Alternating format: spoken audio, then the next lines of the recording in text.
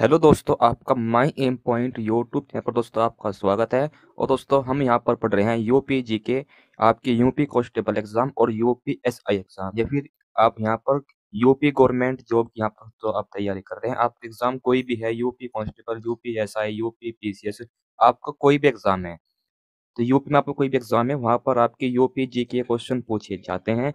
तो यह क्लास आपके यूपी जीके के हर एक क्वेश्चन को करने में आपकी मदद करेगी। तो हम क्या करेंगे, यूपी जीके के हर एक महत्वपूर्ण क्वेश्चन को अपनी इन क्लास के माध्यम से डिस्कस करेंगे। तो यूपी जीके की क्लास 1 हो चुकी है। यदि आपने क्लास 1 अभी तक नहीं देखी है तो आपको देख लेनी है, उसका लिंक आपको वीडियो के डिस्क्रिप्शन में मिल जाएगा। तो आज हमारे पास रहने वाली है यूपी जीके की क्लास नंबर 2। और दोस्तों हम यहाँ पर जो है यूपी जीके में बनने वाले हर एक क्वेश्चन को डिटेल से टॉपिक वाइज डिस्कस कर रहे हैं। तो यह क्लास आपके एग्जाम के लिए बहुत ही ज़्यादा इम्पोर्टेंट रहने वाली है।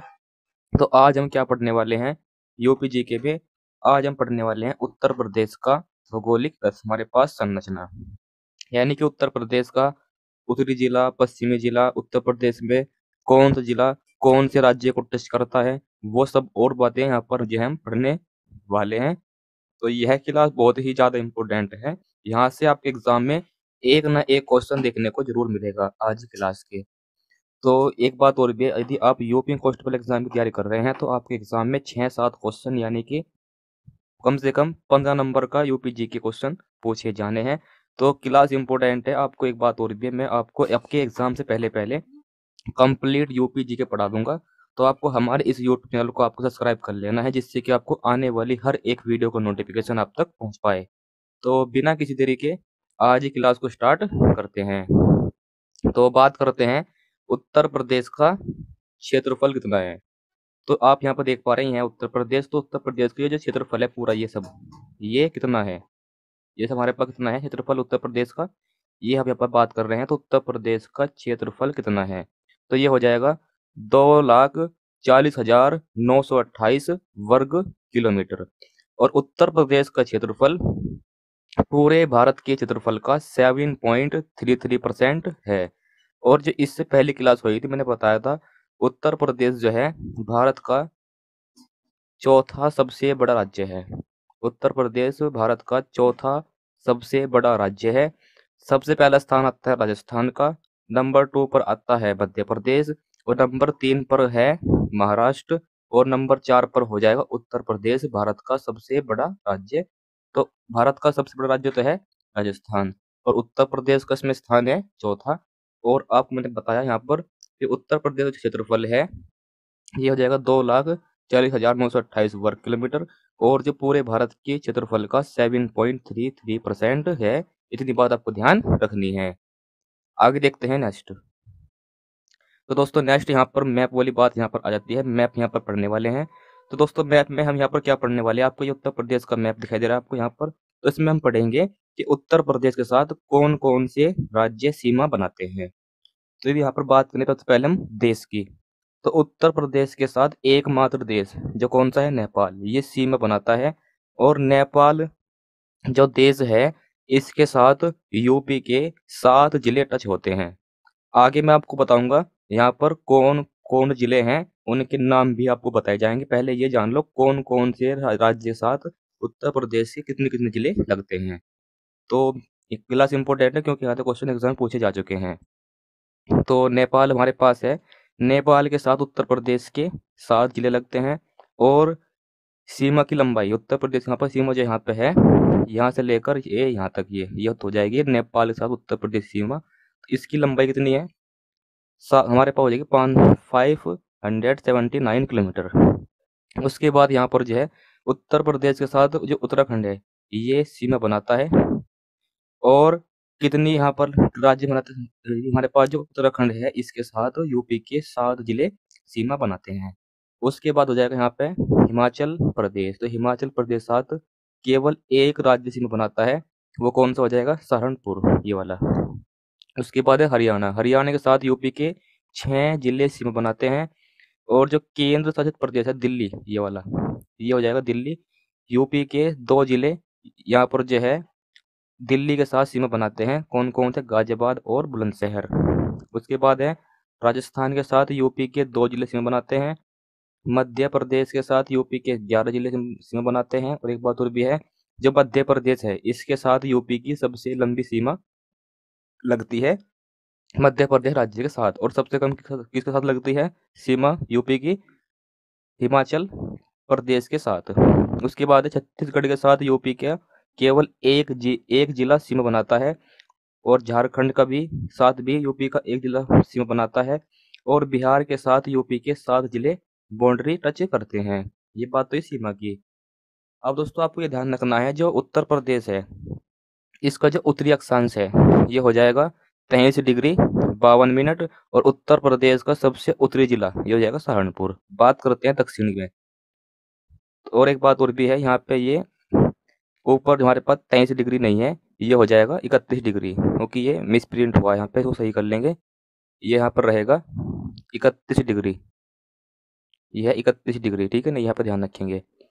उसके बाद यहाँ पर नेक्स्ट है दक्षिण की बात करें दोस्तों। यहाँ पर हम दक्षिण में उत्तर प्रदेश का जो उत्तरी दक्षिणी जो हमारे पास अक्षांश है ये हो जाएगा उत्तर प्रदेश का 23 डिग्री 52 मिनट। और उत्तर प्रदेश का सबसे दक्षिणतम जिला कौन सा रहेगा? सोनभद्र। और पूर्वी जिला कौन सा हो जाएगा? बलिया। और जो यहाँ पर हो जाएगा पूर्वी देशांतर 84 डिग्री 34 मिनट पे। उसके बाद यहाँ पर है शामली। शामली उत्तर प्रदेश का हो जाएगा सबसे पश्चिमी जिला। इतनी बात आपको ध्यान रखनी है।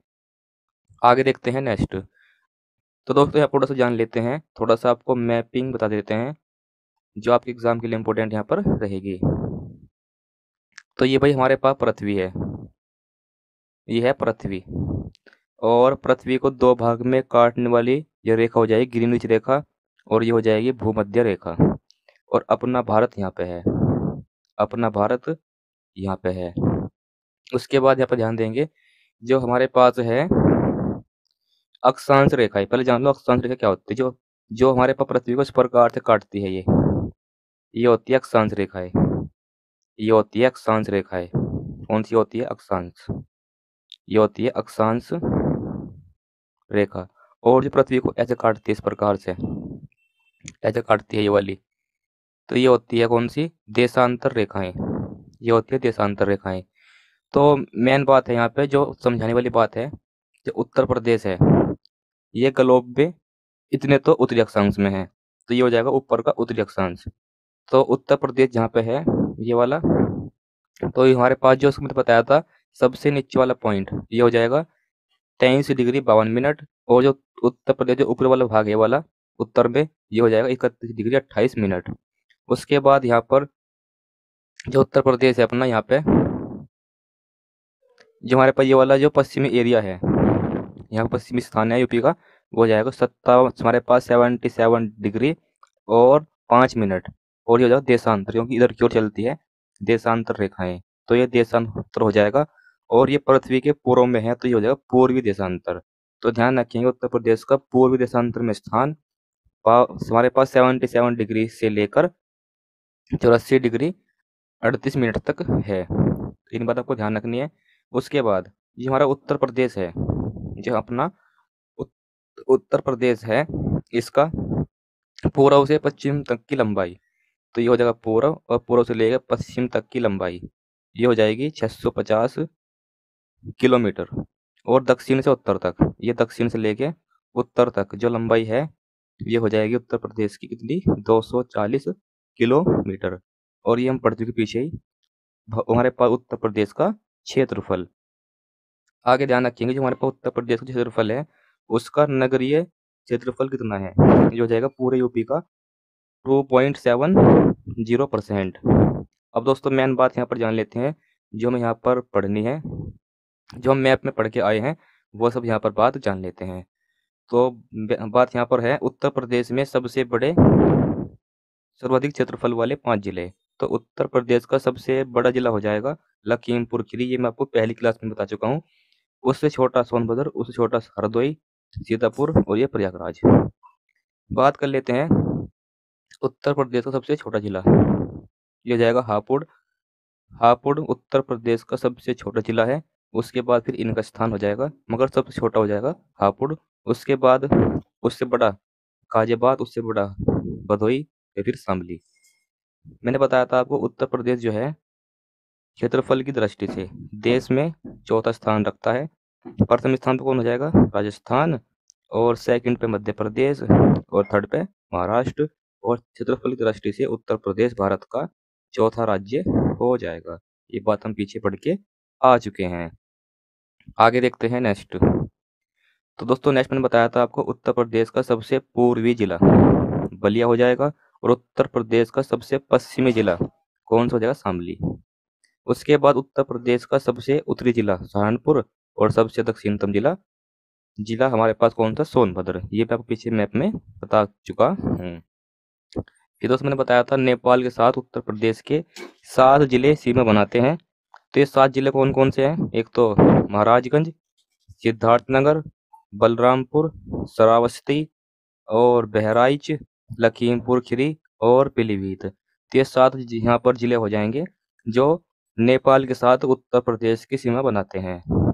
नेक्स्ट है उत्तर प्रदेश के साथ यहाँ पर जो है नेपाल के साथ सीमा की लंबाई, यानी कि उत्तर प्रदेश की नेपाल के साथ सीमा की लंबाई हो जाएगी 579 किलोमीटर। उसके बाद उत्तर प्रदेश के साथ कुल जो है 8 राज्य और एक केंद्र शासित प्रदेश सीमा बनाता है, और प्लस में एक यहाँ पर हो जाएगा, प्लस में क्या हो जाएगा? प्लस में हो जाएगा यहाँ पर एक देश, प्लस एक देश सीमा बनाता है उत्तर प्रदेश के साथ, और देश कौन सा है?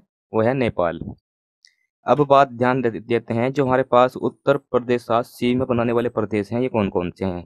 तो मैप में मैंने बताया था आपको, एक तो हरियाणा है, हिमाचल प्रदेश है, उत्तराखंड है, बिहार, झारखंड, छत्तीसगढ़, मध्य प्रदेश, और राजस्थान, और दिल्ली। तो ये हो जाएंगे उत्तर प्रदेश साथ सीमा बनाने वाले राज्य। मगर राज्य दिल्ली नहीं है, ये हो जाएगा केंद्र शासित प्रदेश। बात करें उत्तर प्रदेश साथ कितने राज्य सीमा बनाते हैं, तो ये तो हो जाएगी 8, और एक है इसमें प्लस केंद्र शासित प्रदेश। इतनी बात आपको ध्यान रखनी है। दोस्त मैंने बताया था आपको उत्तराखंड के साथ जो है उत्तर प्रदेश के 7 जिले सीमा बनाते हैं। तो वे 7 जिले कौन कौन से हैं? तो वे कौन कौन से हो जाएंगे? सहारनपुर, मुजफ्फरनगर, बिजनौर, मुरादाबाद, रामपुर, बरेली, और पीलीभीत। ये हो जाएंगे उत्तराखंड के साथ सीमा बनाने वाले भारत के 7 उत्तर प्रदेश 7 राज्य जिले। उसके बाद है नेक्स्ट, हरियाणा के साथ उत्तर प्रदेश के 6 जिले सीमा बनाते हैं। कौन कौन जिले हैं ये? सहारनपुर, शामली, बागपत, गौतम बुद्ध नगर, अलीगढ़, और मथुरा। नेक्स्ट है दिल्ली के साथ यूपी के 2 जिले सीमा बनाते हैं। कौन कौन से? गाजियाबाद और गौतम बुद्ध नगर। उसके बाद है हरियाणा और उत्तर प्रदेश के सीमा का जो निर्धारण है किससे होता है? यमुना नदी से। फिर नेक्स्ट है राजस्थान के सटे 2 जिलों के नाम। तो राजस्थान के साथ कौन कौन जिले सीमा बनाते हैं? तो जो राजस्थान है उसके साथ उत्तर प्रदेश के 2 जिले सीमा बनाते हैं। कौन कौन सा? आगरा और मथुरा।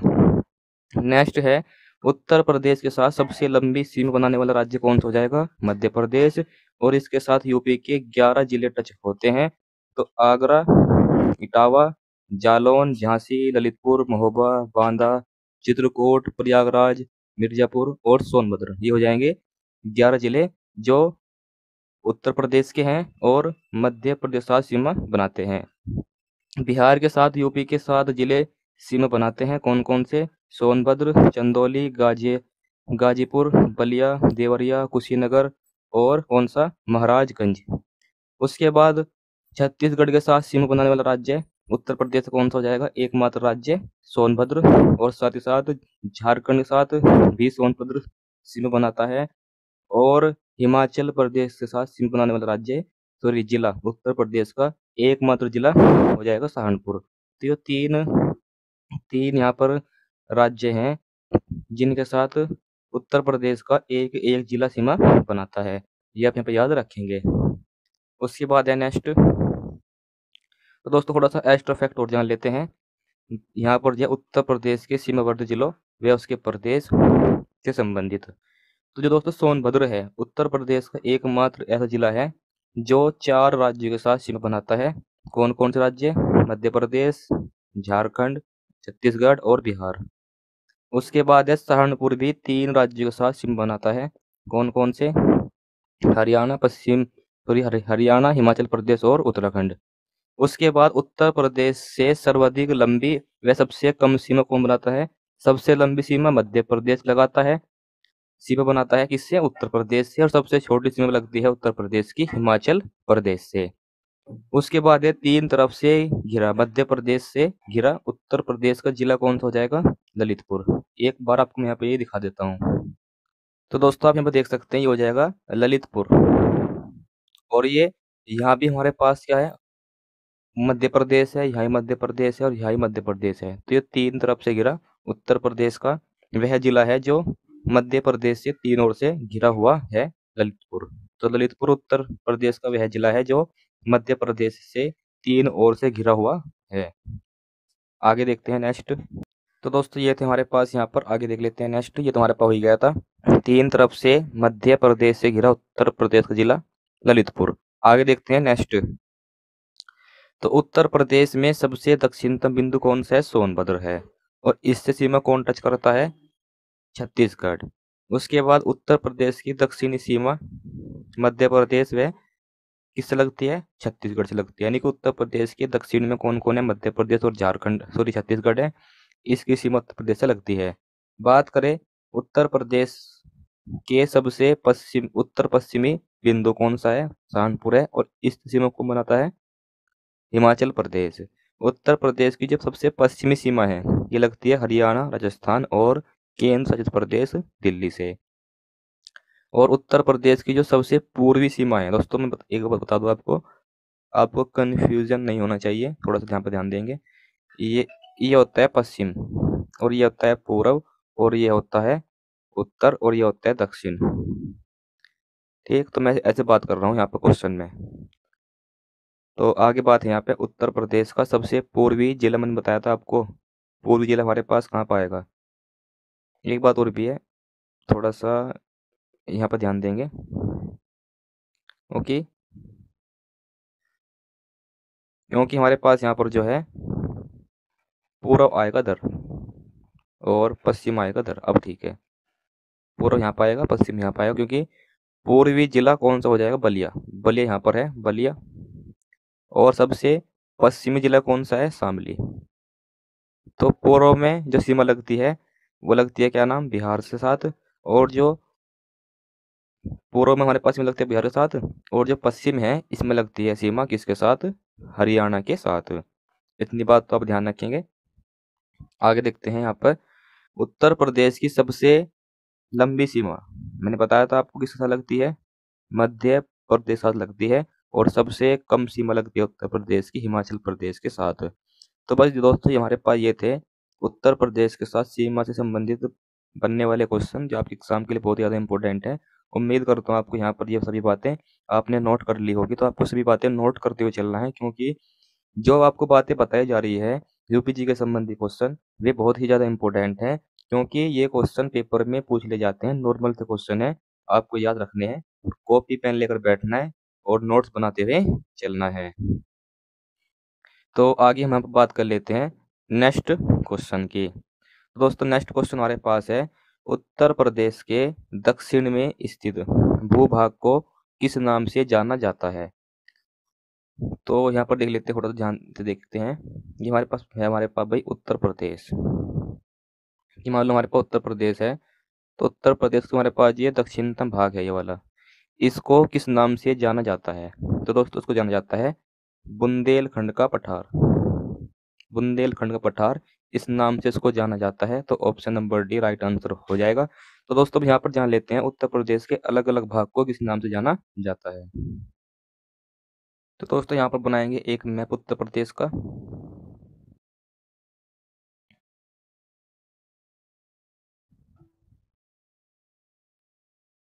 दोस्तों यहाँ बना लेंगे यहाँ पर एक उत्तर प्रदेश का मैप, थोड़ा सा सीधे तरीके से, थोड़ा सा आसान सा। इसमें हमारे पास उत्तर प्रदेश है। तो भाई मान लो हमारे पास उत्तर प्रदेश है, तो जो उत्तर प्रदेश है इसका जो सबसे ये ऊपरी भाग है, ये वाला, ये वाला। तो दोस्तों आप जानते हैं उत्तर प्रदेश के यहाँ पर जो है ऊपर क्या है? हिमालय है, माउंट एवरेस्ट है। तो यहाँ पर जब वर्षा होगी तो वर्षा के कारण यहाँ पर जो कंकड़ पत्थर है वे यहाँ पे लिपट कर नीचे आएंगे, तो उत्तर प्रदेश के इस भाग में आके ये जम जाएंगे। तो ये उत्तर प्रदेश के यहाँ पर जो इस भाग में आकर जम जाएंगे कंकर पत्थर। तो उत्तर प्रदेश जो सबसे यहाँ पर जो है उत्तरी भाग है ये वाला, इसको बोलते हैं यहाँ पे कौन सा क्षेत्र, भाबर क्षेत्र। इसे बोलते हैं भाबर क्षेत्र। तो भाबर क्षेत्र हो जाएगा हमारे पास ये वाला। और दोस्तों जब यहाँ पे वर्षा होगी तो इसका पानी इसके अंदर सोख जाएगा, यानी कि पानी कंकर पत्थर के अंदर भरकर जमीन में नीचे नीचे चला जाएगा। और फिर जो इसके नीचे जो भाग बनेगा ये वाला, ये वाला जो भाग बनेगा, ये वाला भाग बनेगा तराई क्षेत्र। क्योंकि यहाँ पे भाई पत्थर में पानी ऊपर वर्षा होगी, ऊपर से नदियाँ वगैरह आएगी, तो वो यहाँ पर जो है इन पत्थर में आके लुप्त हो जाएगी और फिर ये आगे जमीन में आके निकलेगी। तो यहाँ पर जो बनेगा ये बनेगा तराई क्षेत्र, क्योंकि यहाँ पर जो है बहुत ही नमी होगी मट्टी में।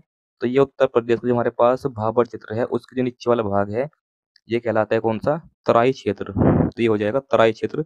यहाँ की मट्टी में बहुत ही ज्यादा नमी होगी, तो ये हो जाएगा उत्तर प्रदेश का तराई क्षेत्र।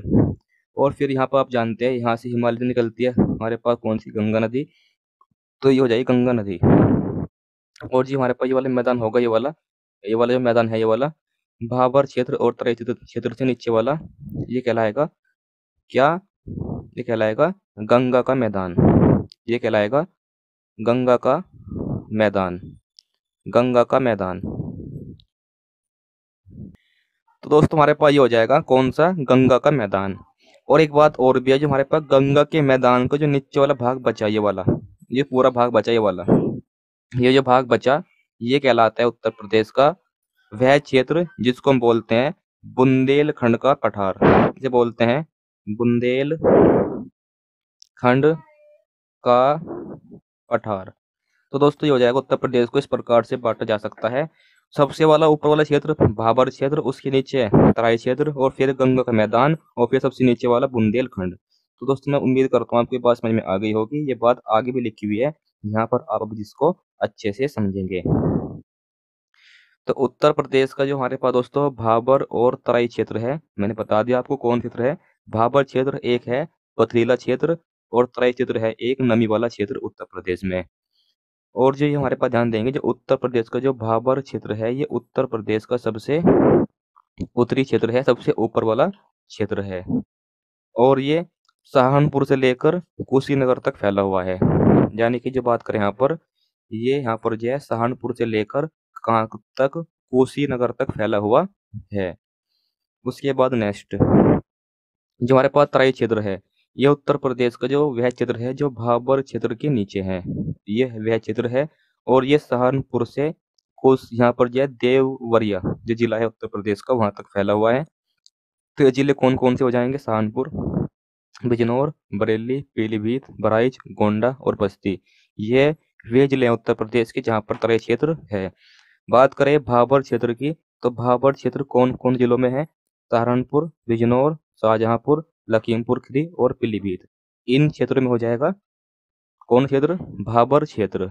उसके बाद मैंने बताया आपको भाबर क्षेत्र और तराई क्षेत्र के नीचे आता है गंगा और यमुना का मैदान। और ये यहाँ पर कहाँ पर है, ये दक्षिणी पठार और भाबर तराई क्षेत्र के मध्य का क्षेत्र है उत्तर प्रदेश में। और इसका जो निर्माण है ये किस यहाँ पे कैसे हुआ है, गंगा नदी और उसकी सहायक नदियों से इस क्षेत्र का निर्माण हुआ है। और एक बात और भी, जो हमारे पास ये गंगा का मैदान है ये बहुत ही योगदान रखता है उत्तर प्रदेश में कृषि के योगदान में, ये बात आप यहाँ पर ध्यान रखेंगे। उसके बाद है दक्षिण का पठार, जिसको हम जानते हैं बुंदेलखंड के पठार के नाम से। ये क्वेश्चन पेपर में पूछा जा चुका है, सभी क्वेश्चन इंपोर्टेंट बताए जा रहे हैं, नोट करते हुए चलना है। उसके बाद है उत्तर, जो हमारे पास दक्षिणी जो पठार है उत्तर प्रदेश में, इसका विस्तार कहाँ से कहाँ तक है, झांसी में है इसका विस्तार, जालौन, हमीरपुर, बांदा, इलाहाबाद और चंदौली, सोनभद्र और ललितपुर, महोबा, चित्रकूट, दक्षिणी प्रयागराज और मिर्जापुर। तो दोस्तों ये क्वेश्चन पेपर में आया हुआ है कि दक्षिणी पठार के साथ उत्तर प्रदेश में, उत्तर प्रदेश के कितने जिले आते हैं, यानी कि दक्षिणी पठार में उत्तर प्रदेश के कितने जिले शामिल हैं। तो ये हो जाएंगे 1 2 3 4 5 6 7 8 9 10 11 और ये 12। तो 12 जिले शामिल हैं उत्तर प्रदेश के दक्षिणी पठार में। ये आपको बात ध्यान रखनी है, क्वेश्चन पेपर में इस प्रकार से पूछा जा चुका है। आगे देखते हैं नेक्स्ट। तो भाई दोस्तों यहाँ पर 10 ये हमारे में बताया 12 या 11 है भाई, ये यहाँ पर काउंटिंग में गलती हुई है, ये 11 है जिले। 1 2 3 4 5 6 7 8 9 10 11, यहाँ पर कोई जिला रिपीट हुआ है, ये आप यहाँ पर ध्यान रखेंगे। दोस्तों यहाँ पर जो हमारे पास है ये दक्षिणी प्रयागराज, ये इसमें शामिल नहीं है, ये हटा देंगे। तो ये कुल मिला के 11 जिले हैं जो उत्तर प्रदेश के दक्षिणी पठार में शामिल है। ये बात आगे लिखी भी गई है क्योंकि पेपर में क्वेश्चन ऐसा पूछा गया है। उत्तर प्रदेश के यहाँ पर जो है 11 जिले, उत्तर प्रदेश के कितने 11 जिले ये बुंदेलखंड के क्षेत्र में आते हैं। एज अ क्वेश्चन पेपर में पूछा गया है, इसको आप यहाँ पे याद रखेंगे। जितनी बातें बताई जा रही है सभी एग्जाम के लिए इंपॉर्टेंट है, आपको नोट करते चलना है। उसके बाद है उत्तर प्रदेश में जो हमारे पास सर्वाधिक नम क्षेत्र है, वेटलैंड है, तो वह कौन सा है, ये हो जाएगा कौन सा, सोनभद्र। और यूनेस्को के वेटलैंड क्षेत्र में उत्तर प्रदेश के कितने जिलों को शामिल किया जा चुका है, 10 जिलों को शामिल किया जा चुका है। दोस्तों नम क्षेत्र वह क्षेत्र है जहाँ की मिट्टी में बिल्कुल भी नमी नहीं होती है, तो वे क्षेत्र हमारे पास कहलाते हैं नम क्षेत्र, ये आप बात ध्यान रखेंगे। आगे देखते हैं नेक्स्ट। तो दोस्तों नेक्स्ट यहाँ पर आ चुका है मोस्ट इंपोर्टेंट क्वेश्चन, पेपर में पूछा गया क्वेश्चन। तो क्वेश्चन हमारे पास है उत्तर प्रदेश के किस जिले में सबसे ज़्यादा वर्षा होती है। तो उत्तर प्रदेश में सबसे ज़्यादा वर्षा किस जिले में होती है, ये यहाँ पर क्वेश्चन है। तो दोस्तों अब बात यहाँ पर ध्यान दें राइट आंसर की। तो दोस्तों उत्तर प्रदेश का जो गोरखपुर जिला है इसमें सबसे ज़्यादा वर्षा देखने को मिलती है। तो उत्तर प्रदेश में सबसे ज़्यादा वर्षा कहाँ पर होती है, गोरखपुर में होती है। तो दोस्तों अब यहाँ पर हम जान लेते हैं उत्तर प्रदेश की ऋतु, उत्तर प्रदेश में कौन कौन सी ऋतुएं पाई जाती है। तो दोस्तों सबसे पहले यहाँ पर बात कर लेते हैं उत्तर प्रदेश की जलवायु। तो दोस्तों उत्तर प्रदेश जो जलवायु है सामान्यतः शीत हमारे पास उष्ण शीतोष्ण और कटिबंधीय है। और किस प्रकार की है, मानसूनी प्रकार की जलवायु यहाँ पर हो जाएगी उत्तर प्रदेश में। और ध्यान देंगे यदि यहाँ पर बात करें हम यहाँ पे जलवायु के अकॉर्डिंग, उत्तर प्रदेश की जलवायु है इसको दो भागों में बांटा गया है, आर्द्र एवं उष्ण और अप आर्द्र एवं उष्ण। यानी कि जो आर्द्र वाली जो जलवायु है इसमें वर्षा होती है काफी और नम एरिया होता है। तो उत्तर प्रदेश जो हमारे मैंने बताया सबसे ऊपर वाला पार्ट है, ऊपर वाला पार्ट थोड़ा चलो एक बार डायग्राम से देख लो समझ में आ जाएगा। तो हमारे पास जो उत्तर प्रदेश है यहाँ पे उत्तर प्रदेश, ये उत्तर प्रदेश का जो सबसे ऊपर वाला पार्ट है ये वाला, तो ये होता है वो तराई क्षेत्र, यहाँ पर सबसे ज़्यादा वर्षा होती है क्योंकि पहाड़ वगैरह यहीं पे है। और जो उत्तर प्रदेश जो सबसे पूर्वी यहाँ पर क्षेत्र है ये वाला पूर्वी क्षेत्र, यहाँ पर भी सबसे ज़्यादा वर्षा होती है। तो ध्यान देंगे जो उत्तर प्रदेश की जलवायु में आर्द्र एवं उष्ण यहाँ पर जलवायु है, यहाँ पर सर्वाधिक वर्षा होती है। और जो उत्तर प्रदेश का सबसे यहाँ पर जो है हो जाएगा मध्यवर्ती जिला या फिर कह दो पश्चिमी जिला या फिर यहाँ पे दक्षिणतम जिला, यहाँ पे सबसे यहाँ पर जो है क्षेत्र में सबसे कम वर्षा होती है। उत्तर प्रदेश जो हमारे पास बुंदेलखंड क्षेत्र हुआ, पश्चिमी क्षेत्र हुआ और गंगा वाले मैदान का क्षेत्र हुआ, यहाँ पर सबसे कम वर्षा देखने को मिलती है। ये बात ध्यान रखेंगे और इसको बोलते हैं हम अप आर्द्र एवं उष्ण जलवायु क्षेत्र। तो इसमें कौन कौन से क्षेत्र आएंगे, मध्यवर्ती मैदान जो गंगा और यमुना का मैदान है, और पश्चिमी क्षेत्र आ जाएगा ये वाला उत्तर प्रदेश का, और दक्षिणतम क्षेत्र आ जाएगा बुंदेलखंड वाला। तो यहाँ पर सबसे कम वर्षा देखने को मिलती है, यहाँ की जलवायु में नमी कम है इसलिए। आगे देखते हैं नेक्स्ट। तो दोस्तों नेक्स्ट यहाँ पर जान लेते हैं उत्तर प्रदेश की जलवायु। तो दोस्तों जो सूर्य जलवायु तो हो गई है, अब जान लेते हैं उत्तर प्रदेश में यहाँ पर ऋतुएं। तो उत्तर प्रदेश में 3 प्रकार की ऋतुएं होती हैं जो नॉर्मल है। भारत में भी 3 प्रकार की ऋतुएं पाई जाती है, तो उत्तर प्रदेश में भी 3 प्रकार की ऋतुएं पाई जाती है। जो उनसे एक हमारे पास रहेगी ग्रीष्म ऋतु, यानी कि गर्मी वाली ऋतु। ग्रीष्म ऋतु ये हमारे पास होती है उत्तर प्रदेश में मार्च से जून के महीने तक। तो ध्यान देंगे उत्तर प्रदेश में जो गर्मी है ग्रीष्म ऋतु है ये मार्च महीने से जून महीने तक रहती है। तो ध्यान देंगे सबसे ज़्यादा गर्मी जो है कहाँ पर होती है उत्तर प्रदेश में, आगरा में और झांसी में। सभी क्वेश्चन दोस्तों मैं बता रहा हूँ एक्स्ट्रा फैक्ट यहाँ पर जो पेपर में पूछे गए हैं आपको ये याद करने होंगे। ऐसे नहीं आप यहाँ पर जो है जो बातें बता रहा हूँ आप इसको इग्नोर कर रहे हो। जो आपको बातें बताई जा रही है सभी बातें एग्जाम में पूछी गई आपके सामने ली गई है, इसलिए सभी बातें आपको ध्यानपूर्वक सुननी है और नोट करते हुए भी चलना है। तो जो उत्तर प्रदेश है, ये फिर ऐसे मान लो कि मैं दोस्तों आपको बताता हूँ थोड़ा-सा आसान तरीके से मैप बना के, इससे आपको जल्दी समझ में आएगा। तो ये हो जाएगा उत्तर प्रदेश। तो उत्तर प्रदेश का जो इधर वाला एरिया है, ये तो है गर्म एरिया और ये है उत्तर प्रदेश का सर्दी वाला एरिया। तो जो हमारे मैं बताया था आपको बलिया, बलिया उत्तर प्रदेश का सबसे यहाँ पर जो है पूर्वी जिला है, इसलिए यहाँ पर गर्मी कम होगी। और शामली और आगरा हुआ, झांसी हुआ, यहाँ पर जो है गर्मी ज़्यादा होगी, यहाँ पर गर्मी कम होगी इधर, क्योंकि इधर उत्तर प्रदेश के नम एरिया है और इधर आर्द्र एरिया है गर्मी वाला। तो आपको बात ध्यान रखनी है ये वाली जो मैंने बताया यहाँ पे कौन सा। उत्तर प्रदेश सबसे ज़्यादा गर्मी कहाँ पर होती है? आगरा और झांसी में। सबसे कम गर्मी बरेली में होती है। बात करते हैं वर्षा। उत्तर प्रदेश में वर्षा ऋतु है और ये कब से कब तक रहती है? जून से अक्टूबर तक रहती है उत्तर प्रदेश में हमारे पास वर्षा ऋतु।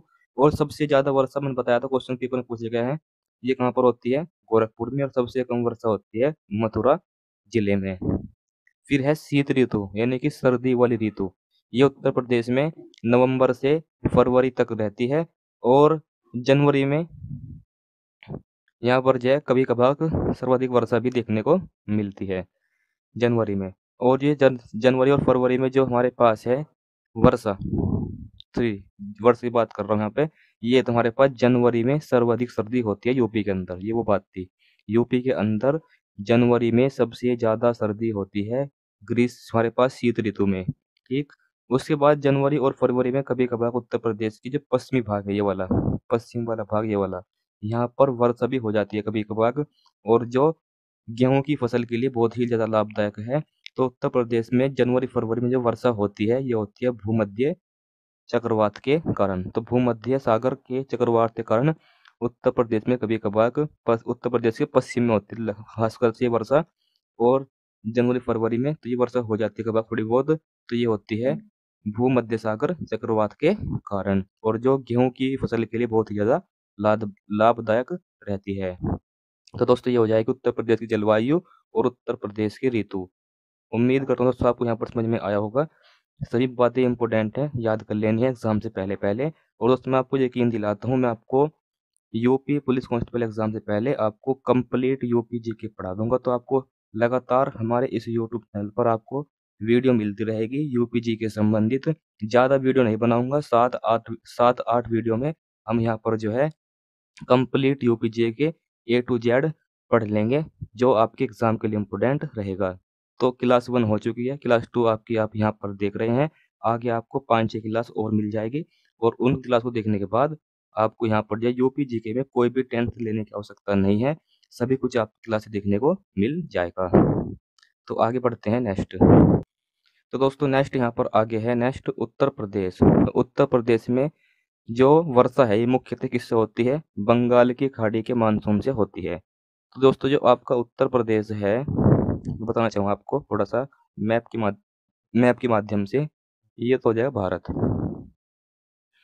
तो यहाँ पर हो जाएगा भारत और भारत में यहाँ पर हो जाएगा उत्तर प्रदेश और यहाँ पर हो जाएगी बंगाल की खाड़ी। तो जो उत्तर प्रदेश में जो ज़्यादातर वर्षा होती है ये होती है बंगाल की खाड़ी के कारण।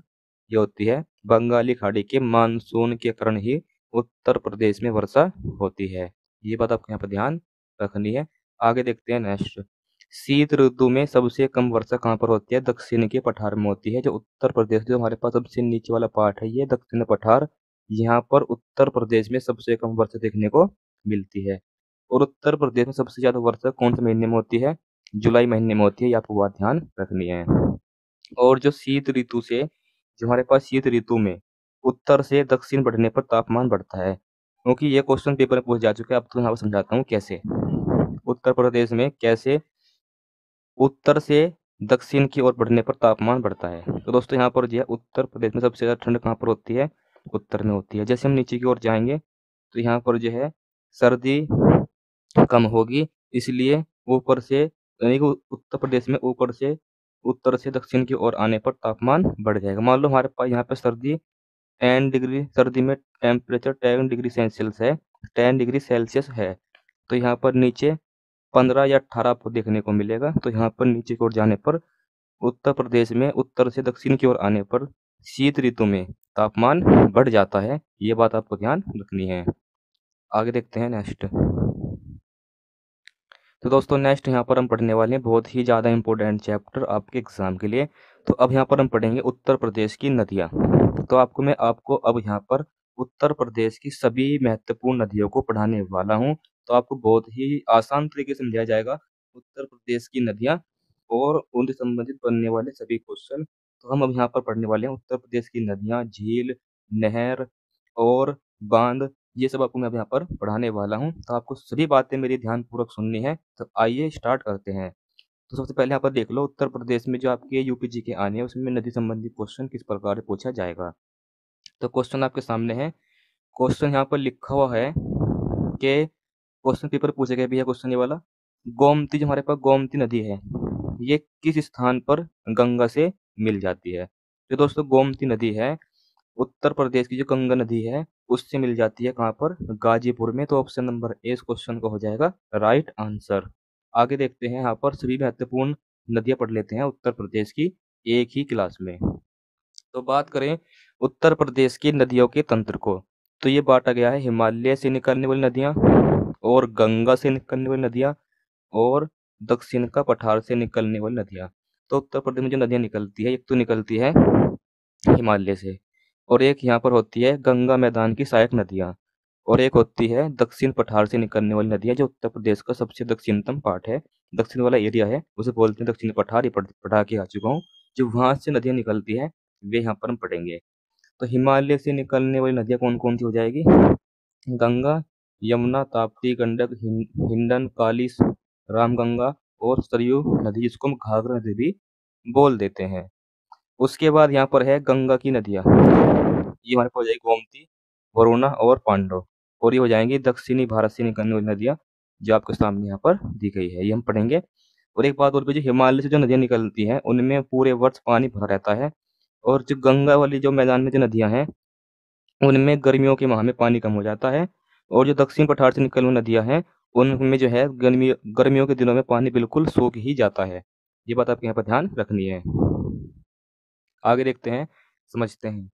तो यहाँ पर देख लेते हैं सबसे पहले हम हिमालय पर्वत से निकलने वाली नदियाँ। तो इनको यहाँ पर समझते हैं क्वेश्चन किस प्रकार पूछे जाएंगे। तो क्वेश्चन यहाँ पर पूछा जाएगा जो हमारे पास सबसे पहले नदी आती है गंगा नदी। तो गंगा नदी के बारे में पढ़ते हैं, सभी एक्स्ट्रा फैक्ट यहाँ पर जानते हैं जो एग्जाम के लिए इम्पोर्टेंट है। तो क्वेश्चन यहाँ पर हो सकता है आपके एग्जाम में पूछा जा सकता है कि गंगा नदी का उद्गम या फिर गंगा कहाँ से निकलती है। गंगा जो नदी है उसमें जो पानी है उसको पहली बूंद कहाँ से मिलती है वो उसको हो जाएगा उद्गम स्थल। तो गंगा निकलती है कहाँ से, गंगोत्री हिमनद से जो कहाँ पर है भागीरथी। और एक बात और भी है, जहाँ से निकलती है वहाँ पर जो है गंगा को भागीरथी नाम से जाना जाता है। जहाँ से निकलती है कहाँ से, गंगोत्री ग्लेशियर से निकलती है, यहाँ पर इसको भागीरथी नाम से जाना जाता है। उसके बाद ये देवप्रयाग जो यहाँ पर उत्तराखंड में स्थान है वहाँ पर ये अलकनंदा नदी से मिल जाती है भागीरथी नदी में और फिर यहाँ पर जो है उसके बाद ये गंगा नदी के नाम से जानी जाती है पूरे भारत में। ये बात आपको यहाँ पर ध्यान रखनी है। और जो गंगा की जो लंबाई है, गंगा नदी की भारत में जो लंबाई है टोटल, ये हो जाएगी 25 किलोमीटर, यानी कि 2525 किलोमीटर उत्तर प्रदेश सॉरी भारत में गंगा नदी की लंबाई हो जाएगी। बात करें यहाँ पर जो गंगा है उत्तर प्रदेश की सबसे बड़ी नदी है और इसकी लंबाई उत्तर प्रदेश में कितनी है, 1000 किलोमीटर है लगभग। तो ध्यान देंगे उत्तर प्रदेश की सबसे लंबी नदी गंगा नदी। उसके बाद जो है उत्तर प्रदेश में जो गंगा नदी है ये उत्तर प्रदेश के किस जिले से प्रवेश करती है। तो उत्तर प्रदेश में जो गंगा है ये प्रवेश करती है उत्तर प्रदेश के बिजनौर जिले से। ये बात आपको ध्यान रखनी है। आगे बात करते हैं नेक्स्ट।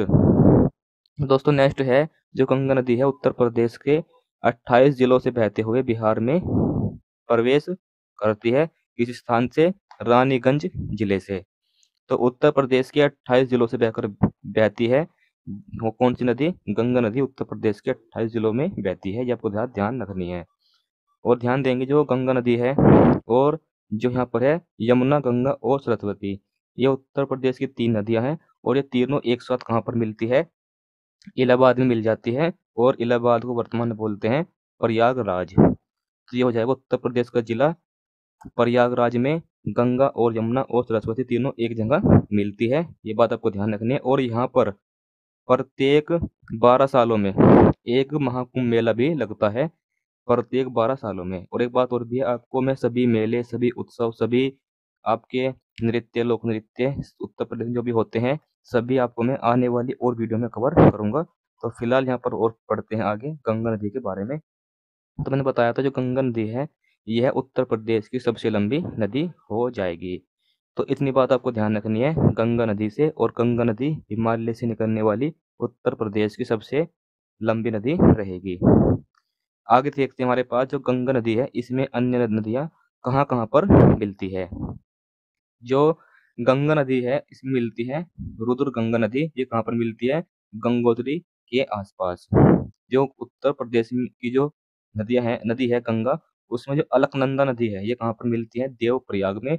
और उसके बाद फिर गंगा नदी को गंगा के नाम से जाना जाता है। और जो राम गंगा नदी है, उत्तर प्रदेश की जो गंगा नदी है, उसमें कहाँ मिलती है, कन्नौज में। यहाँ पे क्वेश्चन ऐसे बनेगा कि जो यमुना नदी है, मान लो कुछ क्वेश्चन नहीं बना, यमुना नदी उत्तर प्रदेश की जो गंगा नदी है उसमें कहाँ पर मिलती है, तो ये मिलती है प्रयागराज में। उसी प्रकार से जो टोंस नदी है ये गंगा नदी में कहाँ मिलती है, प्रयागराज में।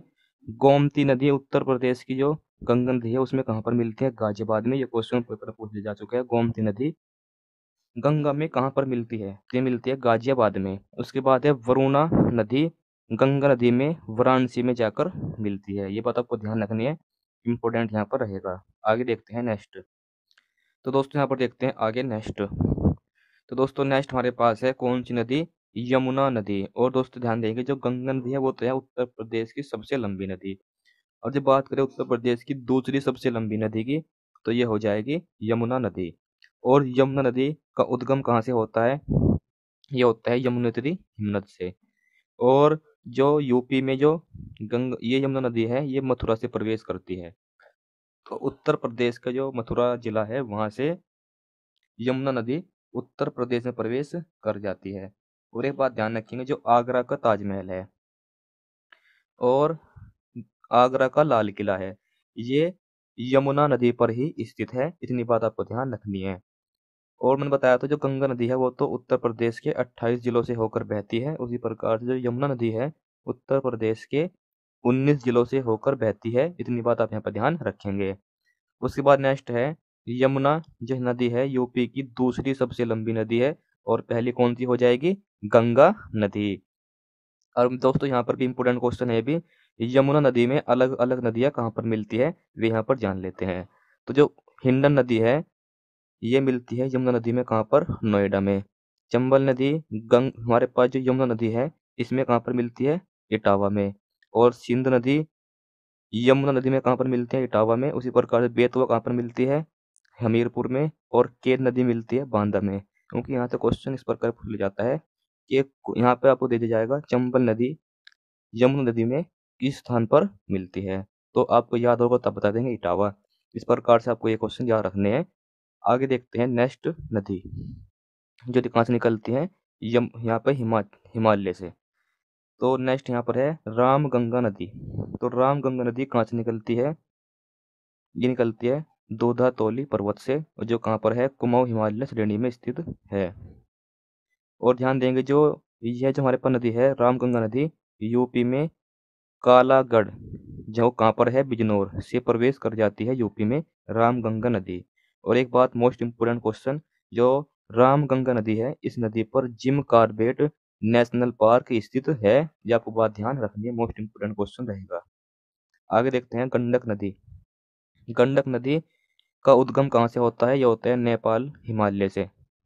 और नेपाल में इसको किस नाम से जानते हैं, नेपाल में इसको सिली ग्रामी के नाम से जाना जाता है। क्वेश्चन इंपोर्टेंट है, गंडक नदी को नेपाल में किस नाम से जाना जाता है सालीग्रामी। और जब ये मैदान में जाती है तो मैदान में इसको कहते हैं कौन सी, नारायणी नदी। और उत्तर प्रदेश में इसको जानते हैं गंडक नदी से, इतनी बात आपको ध्यान रखनी है। आगे देखते हैं नेक्स्ट। तो दोस्तों नेक्स्ट हमारे पास है हिमालय से निकलने वाली नदी का नाम यहाँ पर आगे आता है काली नदी, जिसका नाम है शारदा नदी भी। शारदा नदी भी काली नदी को कहते हैं। और इसका एक अन्य नाम और भी है, गौरी नदी। काली नदी को गोरी नदी भी कहते हैं। इसका उद्गम कहाँ से होता है? पिथौरागढ़ से होता है। पिथौरागढ़ उत्तराखंड से इसका उद्गम होता है। और एक बात और भी है, सीतापुर के निकट जो हमारे पास काली नदी है, ये सीतापुर के निकट घाघरा नदी में मिल जाती है। और फिर जो बात करें घाघरा नदी की, तो घाघरा नदी भी उत्तर प्रदेश में हिमालय से निकलने वाली नदी है।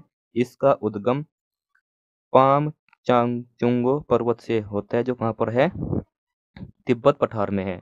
और एक बात और भी, जो घाघरा नदी है ये अयोध्या में, घाघरा नदी अयोध्या में सरयू के नाम से बहती है। ये बात आपको ध्यान रखनी, मोस्ट इंपोर्टेंट है। घाघरा नदी अयोध्या में सरयू के नाम से बहती है। ये बात आप यहाँ पर ध्यान रखेंगे। उसके बाद है हिंडन नदी, जिसका अन्य नाम है हर नदी। और ये शिवालिंग पर्वत से निकलती है, जो कहाँ पर है? सहारनपुर में स्थित है। उसके बाद है हिमालय पर्वत से निकलने वाली उत्तर प्रदेश में प्रवाहित, यहाँ पर जो नदी पर बहती है उसका नाम है राप्ती नदी। और ये कहाँ से निकलती है? लघु हिमालय नेपाल से निकलती है, उद्गम स्थल इसी हो जाएगा इसका। और ये इंपोर्टेंट नदी है, आपको ध्यान रखना है। जो राप्ती नदी है इसको गोरखपुर का शोक भी कहते हैं, क्योंकि इस नदी से गोरखपुर में लगातार बाढ़ आ जाती है, आपदा आ जाती है। ये बात ध्यान रखेंगे, इसलिए यहाँ पर जो है राप्ती नदी को गोरखपुर का शोक कहते हैं। और जो रोहिणी नदी है, रोहिणी नदी इसमें गोरखपुर में मिलती है। तो रोहिणी नदी राप्ती नदी में कहाँ पर मिलती है? गोरखपुर में मिल जाती है। ये बात यहाँ पर ध्यान रखनी है आपको। तो नदी संबंधी क्वेश्चन आपको कोई भी नहीं छूटेगा, सभी नदी आपको यहाँ पर मैं पढ़ाऊंगा। तो जो मैंने बताया था आपको हिमालय से निकलने वाली नदियाँ, वे पूरी हो चुकी है। अब हम पढ़ते हैं गंगा के मैदानी भाग में निकलने वाली नदियाँ, जिसमें नाम आता है किसका? गोमती नदी। तो गोमती नदी का उद्गम कहाँ से होता है? पीलीभीत की फुलकर झील से। और ये बात और भी मैं दोस्तों आपको इसी क्लास में फुलकर, जो आपकी यहाँ पर बहुत सारी झीलें हैं उत्तर प्रदेश में, वे भी पढ़ाने वाला हूँ। उसके बाद है वरुणा नदी। तो वरुणा नदी उत्तर प्रदेश में कहाँ पर निकलती है? भरदोई से निकलती है। ये आपको बात ध्यान रखनी है। आगे देखते हैं नेक्स्ट। तो दोस्तों नेक्स्ट यहाँ पर जान लेते हैं दक्षिणी पठार से निकलने वाली नदियाँ। और एक बात और भी है, उत्तर प्रदेश में जो सबसे ज्यादा नदियाँ हैं ये हिमालय पर्वत से निकलकर उत्तर प्रदेश में प्रवेश कर रही है। तो बात कर लेते हैं दक्षिणी पठार, जो उत्तर प्रदेश सबसे दक्षिणी भाग है, दक्षिणी क्षेत्र है, वहां से निकलने वाली नदियां यहाँ पर जान लेते हैं। और जो दक्षिण से उत्तर की ओर प्रवाहित होती है। तो सबसे पहला नाम आता है कौन सा? चंबल नदी का। तो इनका उद्गम कहाँ पर होता है? मऊ क्षेत्र से होता है चंबल नदी का उद्गम। और मऊ क्षेत्र कहाँ पर है? इंदौर मध्य प्रदेश राज्य में। और जो एक बात और है, जो हमारे पास चंबल नदी है ये बीहंडों का निर्माण करती है। तो ध्यान रखेंगे, बीहंडों का निर्माण कौन सी नदी करती है उत्तर प्रदेश में? चंबल नदी। और एक बात और भी आगे, जो राणा प्रताप सागर है और जो गांधी सागर है और जवाहर सागर है, ये तीनों बांध इसी नदी पर बनाए गए हैं। और दोस्तों मैं आपको बताऊंगा इसी क्लास में उत्तर प्रदेश में कौन कौन से बांध किस किस नदी पर स्थित है, ये हम आगे क्लास में जानेंगे। क्लास इंपोर्टेंट है, लगातार आपको देखते रहना है, समझते रहना है। क्लास कंप्लीट देखनी है, सब कुछ आपको नोट करते हुए भी चलना है, तभी आप यहाँ पर जो है इस क्लास से फ़ायदा उठा पाएंगे। जो आप यहाँ पर समझेंगे वो आपको यहाँ पर नोट्स बनाने हैं और उनको एग्जाम से पहले पहले याद भी करना है, तभी आपको क्लास से बिल्कुल 100% फ़ायदा हो पाएगा। सभी क्वेश्चन आपको एग्जाम में देखने को मिलेंगे, कोई क्वेश्चन नहीं छूटेगा, इतना आपसे मेरा वादा है।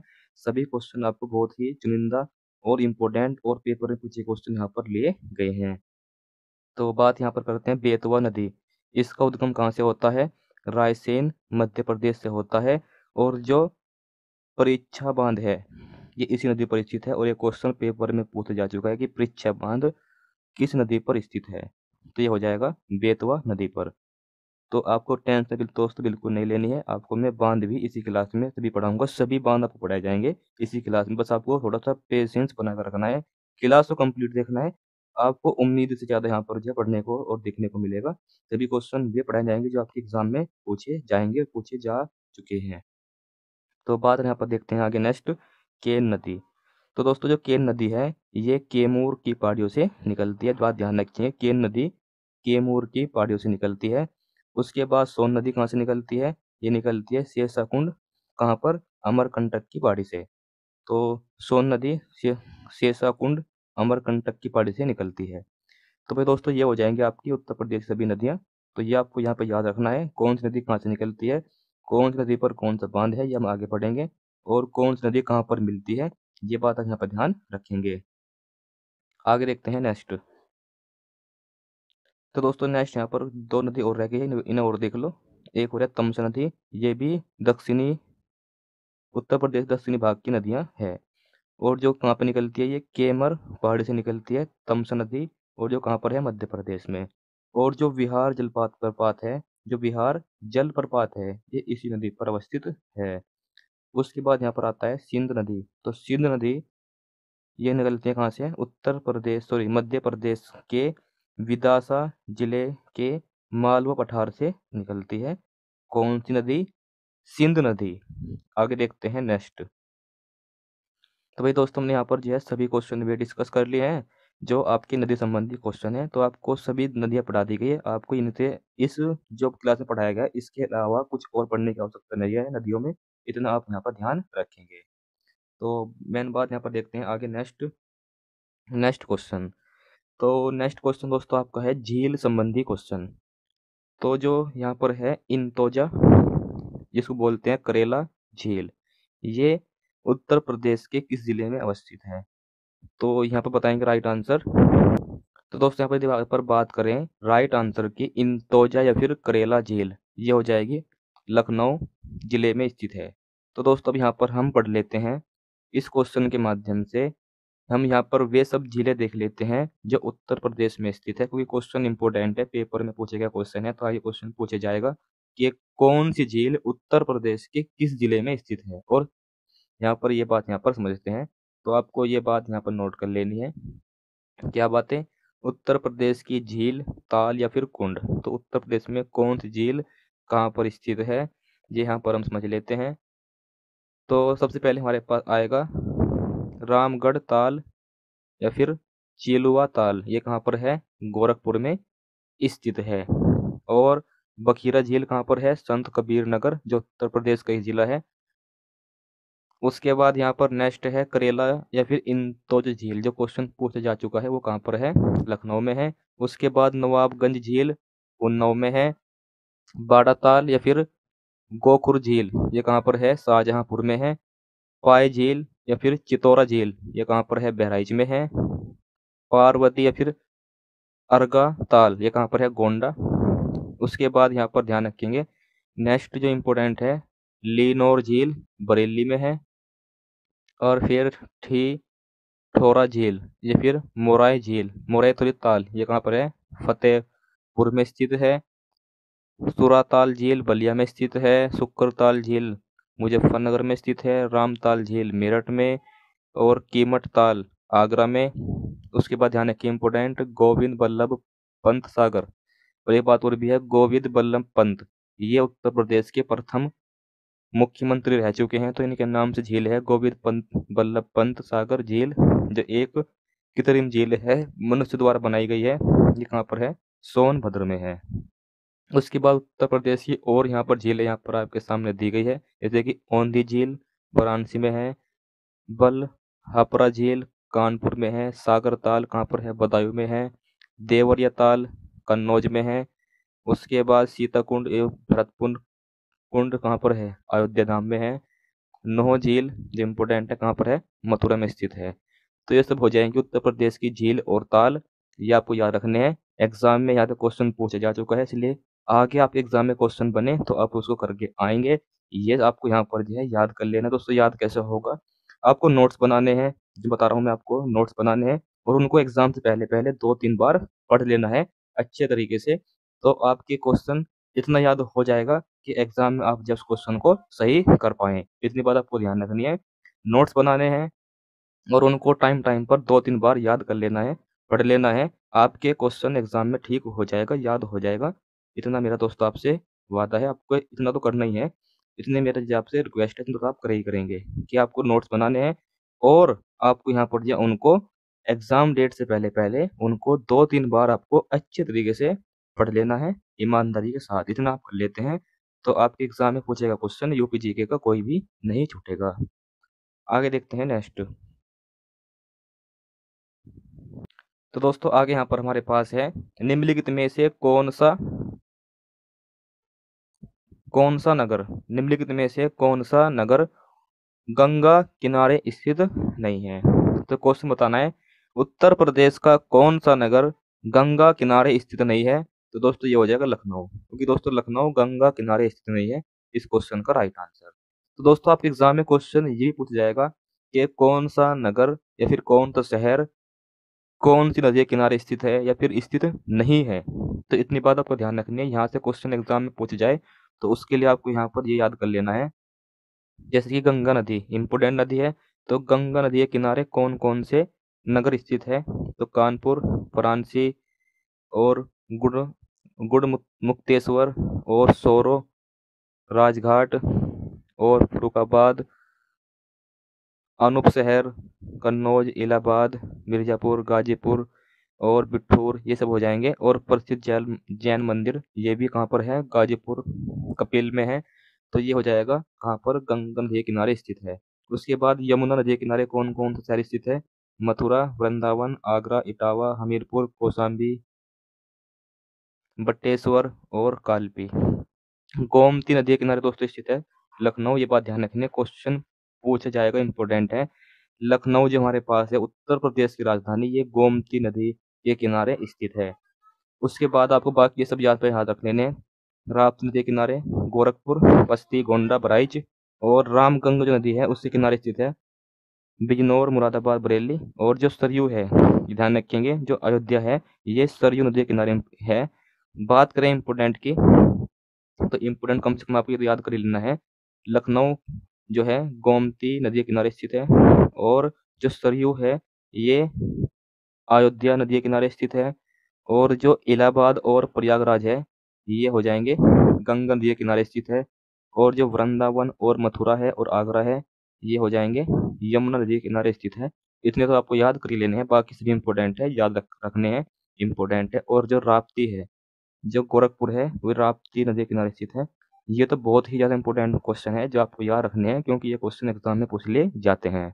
आगे देखते हैं नेक्स्ट। तो दोस्तों अब यहाँ पर हम जानते हैं उत्तर प्रदेश की प्रमुख नहर, यहाँ पर हम जानेंगे इस क्वेश्चन को पढ़ने के बाद। तो दोस्तों बात कर यहाँ पे ध्यान देते हैं, उत्तर प्रदेश की सबसे लंबी नहर कौन सी है? तो दोस्तों उत्तर प्रदेश की सबसे लंबी नहर हो जाएगी शारदा नहर। तो दोस्तों उत्तर प्रदेश की सबसे लंबी नहर कौन सी है? शारदा नहर है। ये क्वेश्चन पेपर में पूछा गया है, इंपोर्टेंट यहाँ पर रहेगा। तो इस क्वेश्चन के माध्यम से हम जानेंगे उत्तर प्रदेश में कौन सी नहर कितनी बड़ी है, कहाँ पर है और कब उसको बनाया गया था। तो दोस्तों मेन बात दोस्तों यहाँ पर है, नहर क्यों बनाई जाती है। तो दोस्तों उत्तर प्रदेश की प्रमुख नहर यहाँ पर पढ़ने वाले हैं, और बात करते हैं उत्तर प्रदेश में नहरें क्यों बनाई गई।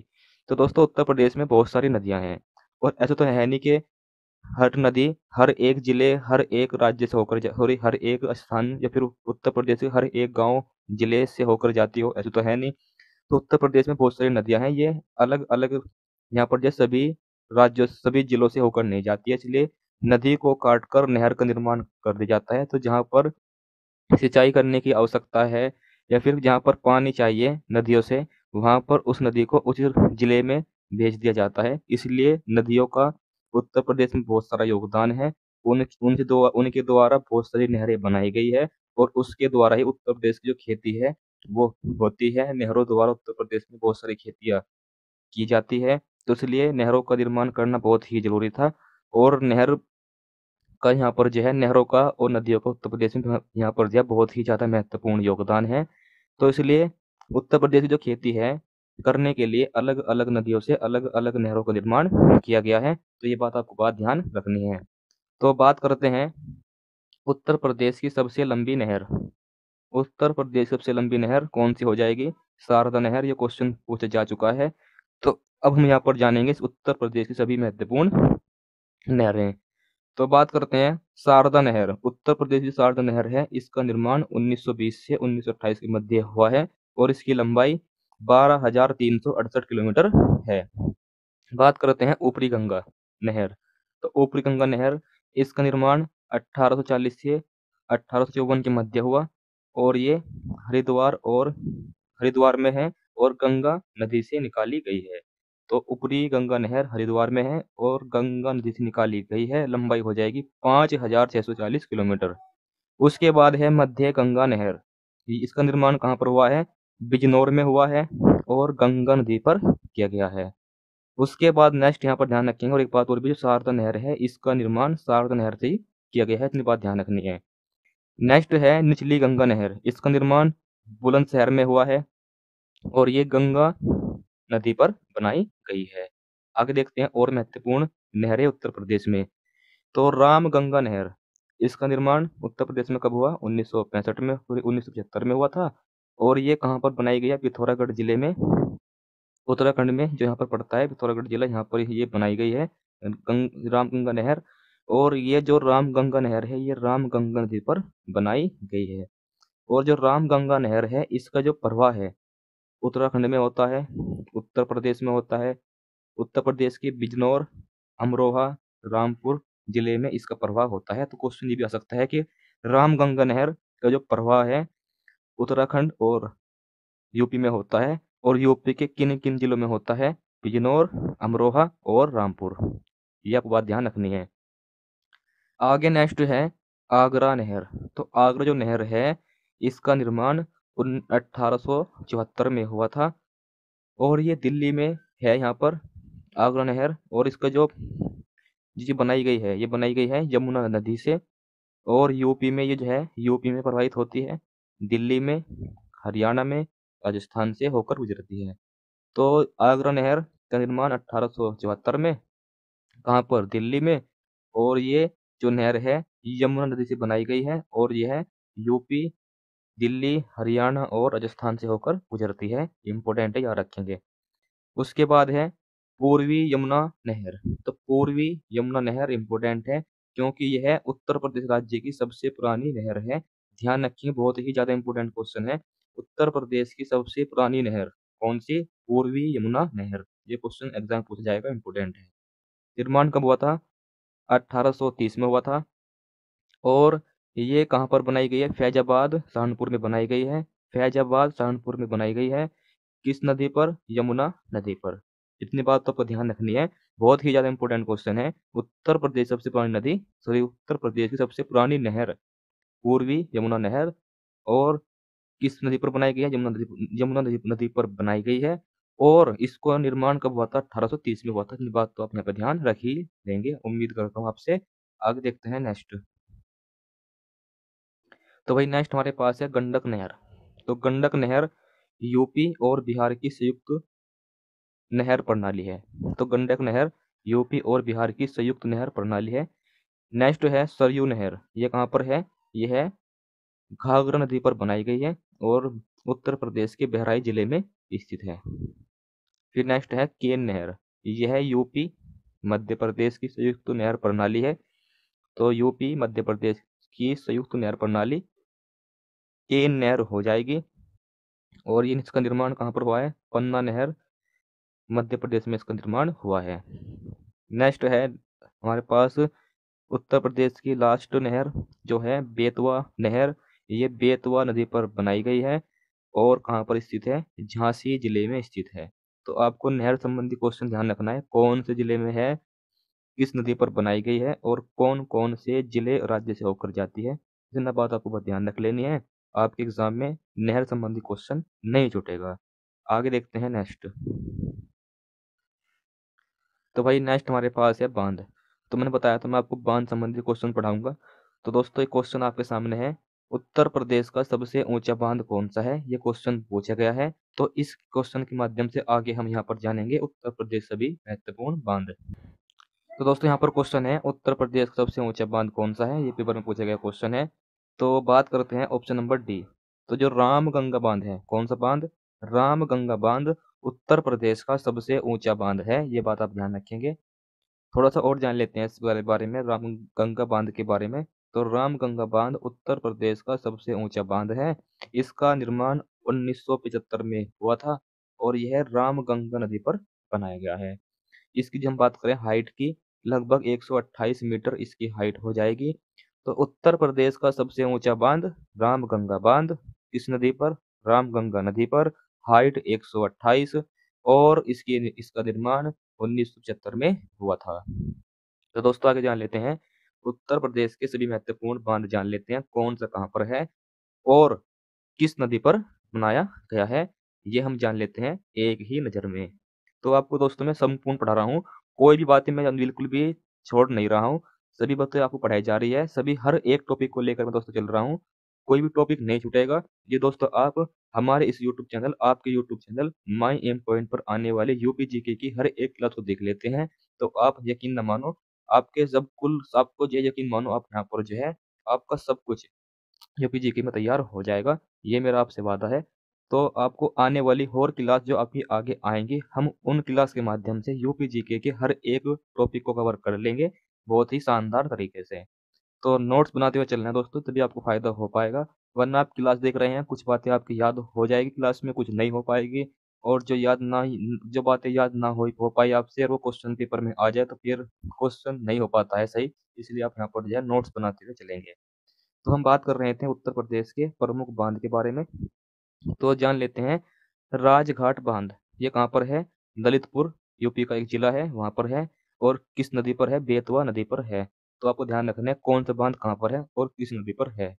उसके बाद है परीक्षा बांध, तो परीक्षा बांध किस नदी पर है? बेतवा नदी पर है, और बेतवा नदी दक्षिण भारत से, सॉरी, उत्तर प्रदेश के दक्षिण से निकलने वाली नदी है, ये बात आपको ध्यान रखना है। फिर इम्पोर्टेंट बांध है रानी लक्ष्मीबाई बांध, ये कहाँ पर है? झांसी और ललितपुर में है, उत्तर प्रदेश के 2 जिलों में है, और किस नदी पर है? बेतवा नदी पर है। इम्पोर्टेंट है रिहंद बांध, सोनभद्र में है और रिहंद नदी पर है।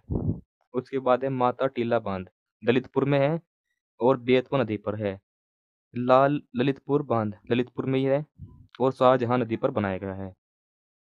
चंद्रप्रभा बांध चंदौली में है, चंद्रप्रभा नदी पर बनाया गया है रोरा बांध, कहाँ पर है? वाराणसी में है और गडई नदी पर बनाया गया है। आगे देखते हैं कुछ और इम्पोर्टेंट है बांध जो एग्जाम्स के लिए इम्पोर्टेंट है, जो है अर्जुन बांध। अर्जुन बांध कहाँ पर है? हमीरपुर में, अर्जुन नदी पर बनाया गया है। नगवा बांध नगवा में है, करमनाश नदी पर बनाया गया है। मोहदा बांध हमीरपुर में है, बिरमा नदी पर बनाया गया है। पथराई बांध झांसी में है, पथराई नदी पर बनाया गया है। बाण सागर बांध यह यूपी, बिहार और मध्य प्रदेश में स्थित है, सोन नदी पर बनाया गया है। और ध्यान देंगे जो बांध सागर बांध है, ये हमारे एशिया महाद्वीप का सबसे बड़ा बांध परियोजना हो जाएगी, और इसकी आधारशिला कब रखी गई थी? 1978 में रखी गई थी। और ये बांध है कहाँ पर है? जिसकी आधारशिला रखी गई थी वो कहाँ पर रखी गई थी? रहडोल जिला, मध्य प्रदेश में। तो बाण सागर बांध सोन नदी पर है, और यह उत्तर प्रदेश में भी स्थित है और बिहार में और मध्य प्रदेश में भी। ध्यान देंगे यहाँ पर, इस बात आपको यहाँ पर ध्यान रखनी है। आगे है कचनौदा बांध, कहाँ पर है? ललितपुर में है और सजनम नदी पर बनाया गया है।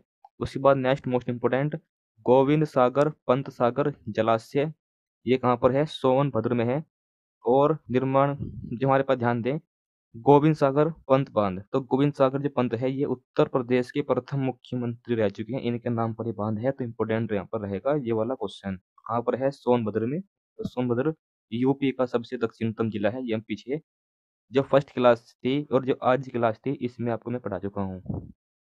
आगे देखते हैं नेक्स्ट। तो दोस्तों जो हमारे पास थे कौन से बांध, तो सभी बांध हमने पढ़ लिए हैं, नदी पढ़ ली है, झील पढ़ ली है, नदी किनारे देश पढ़ लिए हैं, उत्तर प्रदेश का जोग्राफिकल एरिया है, कौन सी बाउंड्री कहाँ टच होती है, ये हम इस क्लास में पढ़ चुके हैं। तो दोस्तों बहुत ही ज़्यादा इंपॉर्टेंट पढ़ाया जा रहा है जो आपके एग्जाम के लिए इंपॉर्टेंट है। आगे दोस्तों हम यहाँ पर जान लेते हैं जो यहाँ पर जो है उत्तर प्रदेश में जो बांध है, नदियाँ हैं, उनको बनाने के लिए कुछ परियोजनाएं चलाई जाती है, तो वे परियोजनाएं एग्जाम में पूछी जाती है, तो ये इंपॉर्टेंट क्वेश्चन रहेगा। तो दोस्तों क्वेश्चन हमारे पास है निम्न में से कौन सा उत्तर प्रदेश की पेयजल परियोजना है। तो दोस्तों उत्तर प्रदेश में जो हमारे पास परियोजना है ये मैंने बताया आपको, नहर बनाने, बांध बनाने और अलग अलग जिलों में पेयजल को पहुंचाने के लिए अलग अलग जो अपने पास होती है उत्तर प्रदेश में परियोजनाएं, यहाँ से क्वेश्चन पेपर में बनता है, तो वे सभी परियोजनाएं हम यहाँ पर अब आगे पढ़ने वाले हैं। तो बात करें उत्तर प्रदेश में कौन उत्तर प्रदेश की पेयजल योजना रहेगी, तो दोस्तों यहाँ पर बात ध्यान दें, option number C, Gokul barrage परियोजना। तो गोकुल बैराज परियोजना उत्तर प्रदेश की एक पेयजल परियोजना है, यानी कि पानी का जल मुहैया कराने के लिए परियोजना चलाई गई है। तो ये कौन सी है? गोकुल बैराज पेयजल परियोजना। तो यह एक पेयजल परियोजना है दोस्तों। कुछ योजना होती है कि यहाँ पर जो है नहर बना दी जिससे सिंचाई वगैरह हो जाए, उस प्रकार की परियोजनाएं होती है। कुछ होती है किसी जिले में पीने लायक पानी पहुंचाने के लिए परियोजना, तो पेयजल योजना वही होती है। आगे देखते हैं नेक्स्ट, जो हमारे पास गोकुल पेयजल परियोजना है, तो यह एक पेयजल परियोजना हो जाएगी और यह आगरा और मथुरा में पेयजल की समस्या को दूर करने के लिए चलाई गई है। और जो गोकुल के समीप ये यमुना नदी पर स्थित है। तो गोकुल पेयराज परियोजना यमुना नदी पर स्थित है और आगरा और मथुरा में पेयजल की समस्या को दूर करने के लिए यह योजना चलाई गई है। बहुत ही ज्यादा इंपॉर्टेंट क्वेश्चन है। तो दोस्तों आगे हम जान लेते हैं कुछ और उत्तर प्रदेश की पेयजल परियोजनाएं जो यूपी में चलाई जा रही है। तो उत्तर प्रदेश की एक तो पेयजल योजना हमने पढ़ ली है, गोकुल बैराज परियोजना। उसके बाद नाम आता है गंगा जल पेय परियोजना। तो ये दिल्ली और नोएडा बाईपास के समीप गंगा नदी पर स्थित है। इसका जो लाभ है, पेयजल पहुंचाया जाएगा जहाँ पर, वह है दिल्ली, नोएडा और गाजियाबाद। इन 3 जगह पर इस परियोजना से पेयजल की समस्या को दूर किया जा रहा है। फिर है लवकुश बैराज। ये भी हमारे पास जो है एक पेयजल परियोजना है और ये कानपुर में गंगा नदी पर स्थित है और लाभ मिल रहा है यहाँ पर इस योजना से कानपुर नगर को। आगरा बैराज, ये भी हमारे पास यहाँ पर जो है एक पेयजल परियोजना है और जो ताजमहल से 8 किलोमीटर दूर यमुना नदी पर स्थित है और ये लाभान्वित है यहाँ यहाँ पर आगरा इस योजना से। तो ये हो जाएंगी उत्तर प्रदेश की महत्वपूर्ण परियोजनाएं जो है पेयजल परियोजनाएं। इनके अलावा और अन्य परियोजनाएं भी हैं जो नहर द्वार बनाकर अलग अलग शहरों में सिंचाई व्यवस्था को सही कर रही है। यहाँ पर जान लेते हैं आगे नेक्स्ट। तो नेक्स्ट यहाँ पर है अन्य परियोजनाएं उत्तर प्रदेश की। तो दोस्तों आपको परियोजना में ध्यान रखना है कौन सी परियोजना किस नदी पर है, इतनी बात तो आपको यहाँ पर ध्यान रखनी ही है। तो राजघाट नहर परियोजना ये बेतवा नदी पर है और इससे क्या होता है, उत्तर प्रदेश के ललितपुर, झांसी, जालौन, हमीरपुर और ये जो जिले हैं इनको सिंचाई की सुविधा मिलती है। तो जो योजनाएं हैं ये नहर बनाई जाती है, तो जो वो योजना होगी, परियोजना होगी, वो किस नदी पर है, ये क्वेश्चन पूछ लिया जाता है। उसके बाद है कन्हार सिंचाई परियोजना। कन्हार सिंचाई परियोजना किस नदी पर है? कन्हार नदी पर है, याद कर लेंगे। बुंटा बांध परियोजना कहाँ पर है? चित्रकूट जिले में स्थित है, ये ध्यान रखेंगे। बदायूं सिंचाई परियोजना, बदायूं सिंचाई परियोजना ये रामगंगा नदी पर स्थित है या फिर रामगंगा नदी पर चलाई जा रही है, ऐसा ध्यान रखेंगे। उसके बाद ये आपकी हो जाएंगी अन्य महत्वपूर्ण परियोजनाएं जो एग्जाम के लिए आपके इम्पोर्टेंट है। आगे दोस्तों मोस्ट इम्पोर्टेंट क्वेश्चन है, पेपर में पूछा गया क्वेश्चन है, जो भारत है, भारत के किस राज्य में सर्वाधिक सिंचाई नलकूपों द्वारा होती है? तो नलकूप हो जाएंगे 12, जो 12 होती है गाँव में, आपने देखी भी होगी, आप नहाए भी होंगे उस 12 में। तो जो वो 12 है, तो उस 12 में के द्वारा, तो भारत के किस राज्य में सर्वाधिक सिंचाई नलकूपों द्वारा की जाती है? तो अपना उत्तर प्रदेश इसमें सर्वाधिक जो सिंचाई है की जाती है किसके द्वारा? नलकूपों द्वारा की जाती है। हालांकि नदियों और नहरों का भी महत्वपूर्ण योगदान है। आगे देखते हैं नेक्स्ट। तो भाई नेक्स्ट मैंने बताया आपको उत्तर प्रदेश में सर्वाधिक सिंचाई नलकूपों द्वारा की जाती है और इनके अलावा भी उत्तर प्रदेश में महत्वपूर्ण संसाधन है जिनके द्वारा सिंचाई की जाती है। ये आप यहाँ पर ध्यान रखिए, उत्तर प्रदेश में सिंचाई के अन्य साधन भी यहाँ पर उपलब्ध है। तो उत्तर प्रदेश में तालाबों, पोखरों और झीलों और नदियों द्वारा से हमारे पास सिंचाई की जाती है।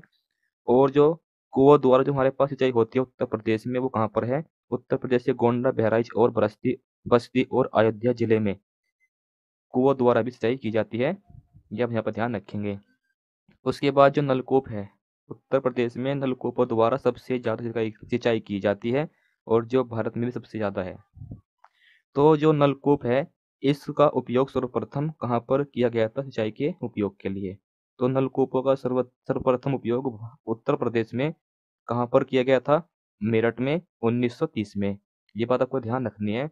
और उत्तर प्रदेश में जो सिंचाई है ये नहरों द्वारा भी की जाती है।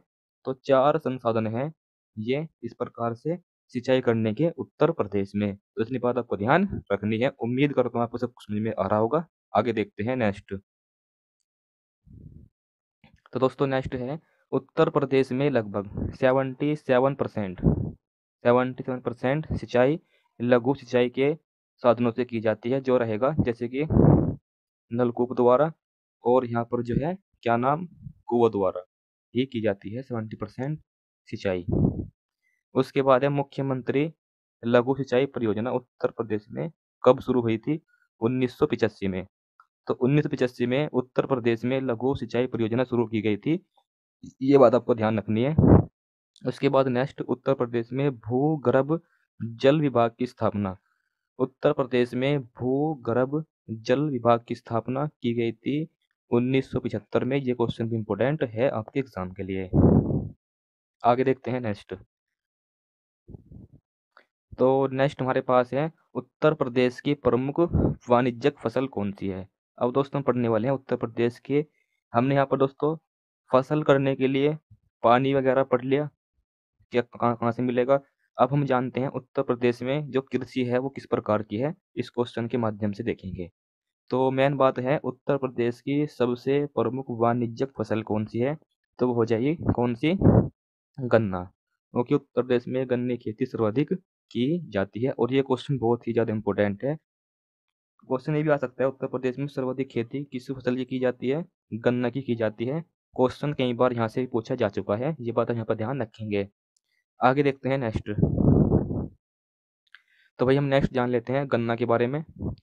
तो उत्तर प्रदेश की जो प्रमुख फसल है कौन सी है, गन्ना, ये यहाँ पर ध्यान रखेंगे।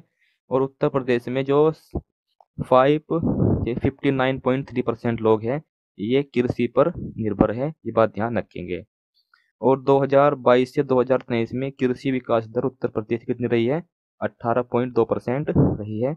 उसके बाद उत्तर प्रदेश में रबी, खरीफ और जायद की फसलों की खेती की जाती है। वो दोस्तों मैं आपको जो बातें मैं बताऊंगा रबी, खरीफ और जायद फसलों के बारे में, ये सभी बातें इंपॉर्टेंट है, यहाँ से क्वेश्चन पेपर में पूछा जा चुका है। आपको मेरी बात ध्यानपूर्वक सुननी है, नोट भी करना है। तो उत्तर प्रदेश में रबी, खरीफ और जायद की फसलें की जाती है। और एक बात और भी है, भारत में भी रबी, खरीफ और जायद की फसलें की जाती है। और अलग अलग राज्यों में ये इनकी जो बुआई है और जो उनकी फसल की जो यहाँ पर पैदावार है ये अलग अलग टाइम में होती है। उसी प्रकार से उत्तर प्रदेश में भी इनका बोने का अलग अलग टाइम होता है। तो जो एग्जाम के लिए इम्पोर्टेंट है। तो उत्तर प्रदेश में जो रबी की फसल है ये अक्टूबर से दिसंबर माह के बीच में की जाती है। और रबी की फसल में गेहूं, अनाज, चना, मटर और आलू आ जाएगा। उसके बाद है खरीफ की फसल। तो उत्तर प्रदेश में जो खरीफ की फसल है ये मई से जुलाई महीने के बीच की जाती है। और इसमें आ जाएगा चावल, मक्का, ज्वार, बाजरा। तो दोस्तों उसके बाद यहाँ पर देख लेते हैं जायद फसल। तो उत्तर प्रदेश में जो जायद फसल है ये मार्च से जुलाई के मध्य की जाती है। और इसमें आ जाएगा ककड़ी, खीरा, तरबूज, खरबूजा। तो ये हो जाएंगे जायद फसलें। तो आपको मैंने बता दिया है फसल, ये आपको ध्यान रखनी है, यहाँ से एग्जाम में क्वेश्चन देखने को मिलेगा। आगे देखते हैं नेक्स्ट। तो दोस्तों नेक्स्ट यहाँ पर जान लेते हैं थोड़ा सा और कृषि के बारे में उत्तर प्रदेश में। तो उत्तर प्रदेश में सर्वाधिक चना खेती कहाँ पर होती है, बुंदेलखंड क्षेत्र में की जाती है। उत्तर प्रदेश में सबसे ज्यादा चना खेती। और जो क्वेश्चन बताए जा रहे हैं ना ये सभी क्वेश्चन पेपर में पूछे गए हैं, आपको याद जरूर रखने हैं इनको। तो देखते हैं यहाँ पर आगे नेक्स्ट। राज्य में सबसे ज्यादा नकदी फसल कौन सी है, तो ये हो जाए गन्ना, क्योंकि गन्ना यूपी में सबसे ज्यादा उगाया जाता है। नेक्स्ट है उत्तर प्रदेश में किसान मित्र योजना कब आरंभ हुई, ये हुई थी 18 जून 2001 को। किसान मित्र योजना उत्तर प्रदेश में 18 जून 2001।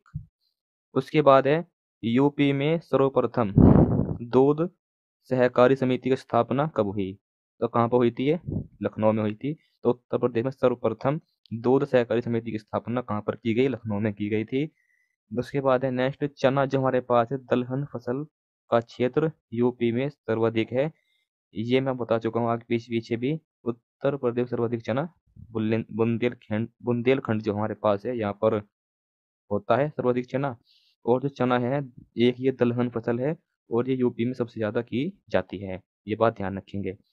उसके बाद है उत्तर प्रदेश में जो गेहूँ है इसका उत्पादन भारत में सर्वाधिक किया जाता है। तो उत्तर प्रदेश में गेहूं और चना सर्वाधिक मात्रा में उगाया जाता है और चना भी सर्वाधिक मात्रा में उगाया जाता है यूपी में, ये बात ध्यान रखनी है। उसके बाद है आंवले का सर्वाधिक उत्पादन उत्तर प्रदेश में कहाँ पर होता है? प्रतापगढ़ जिले यूपी में होता है आंवले का सबसे ज्यादा उत्पादन। आगे देखते हैं नेक्स्ट। तो दोस्तों यहाँ पर और जान लेते हैं थोड़ा सा उत्तर प्रदेश की कृषि के बारे में। जो इम्पोर्टेंट क्वेश्चन पूछे गए हैं वे यहाँ पर लिए गए हैं। तो यूपी में संतरे का सर्वाधिक उत्पादन कहाँ पर होता है? सहारनपुर जिले में होता है। उसके बाद यूपी में लाल मिट्टी कहाँ पाई जाती है? ये पाई जाती है मिर्जापुर और झांसी में। उत्तर प्रदेश में लाल मिट्टी पाई जाती है।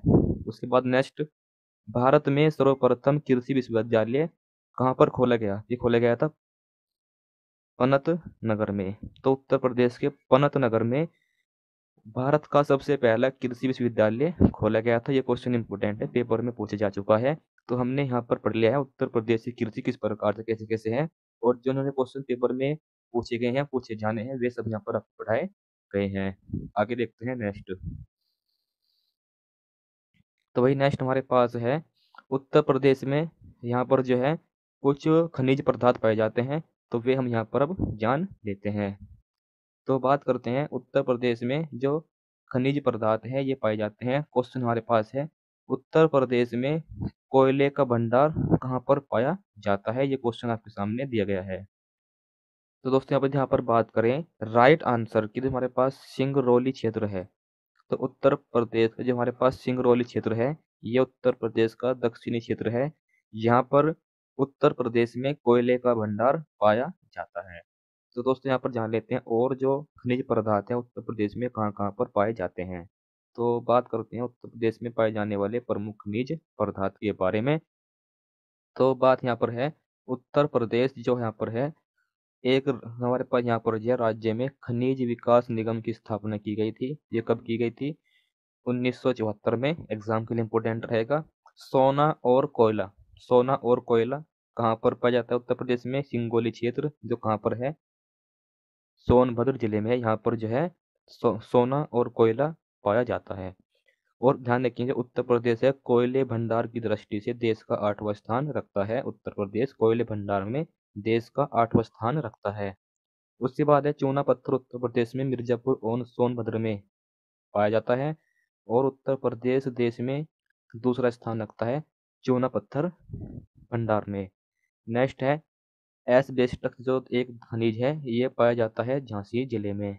आगे ध्यान रखेंगे और इम्पोर्टेंट खनिज जो एग्जाम के लिए इम्पोर्टेंट है जैसे कि बॉक्साइड उत्तर प्रदेश के बांदा और चंदौली और ललितपुर जिले में पाया जाता है खनिज। उसके बाद डोलोमाइट ये पाया जाता है कजराइट क्षेत्र सोनभद्र में और बांदा में। उसके बाद हीरा कहाँ पाया जाता है उत्तर प्रदेश में? बांदा और मिर्जापुर में। तांबे का भंडार खनिज पदार्थ जो है ये पाया जाता है सोनराई क्षेत्र ललितपुर में।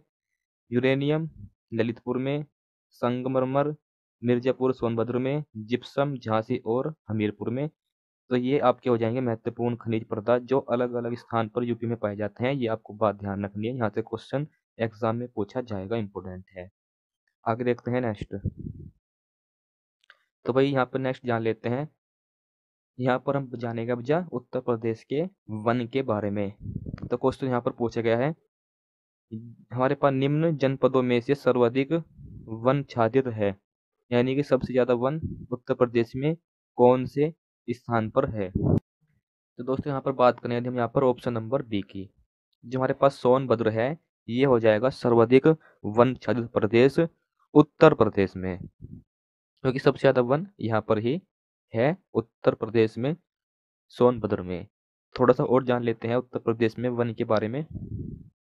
तो बात जान देते हैं प्रदेश में वन के बारे में, थोड़ा सा इंपोर्टेंट बातें जान लेते हैं जो आपके एग्जाम के लिए इंपोर्टेंट यहाँ पर रहेगी। तो क्वेश्चन यहाँ पर है राष्ट्रीय वन नीति के अनुसार देश के कुल क्षेत्रफल का 33% भाग पर वन होना आवश्यक है, चाहे वो कोई भी क्षेत्र हो यहाँ पर। तो 33.33% तो भाग क्षेत्रफल वन का होना ही चाहिए। मगर उत्तर प्रदेश में तो वर्तमान में कुल भौगोलिक क्षेत्र का 6.15% ही भाग जो है वन से वनच्छादन है।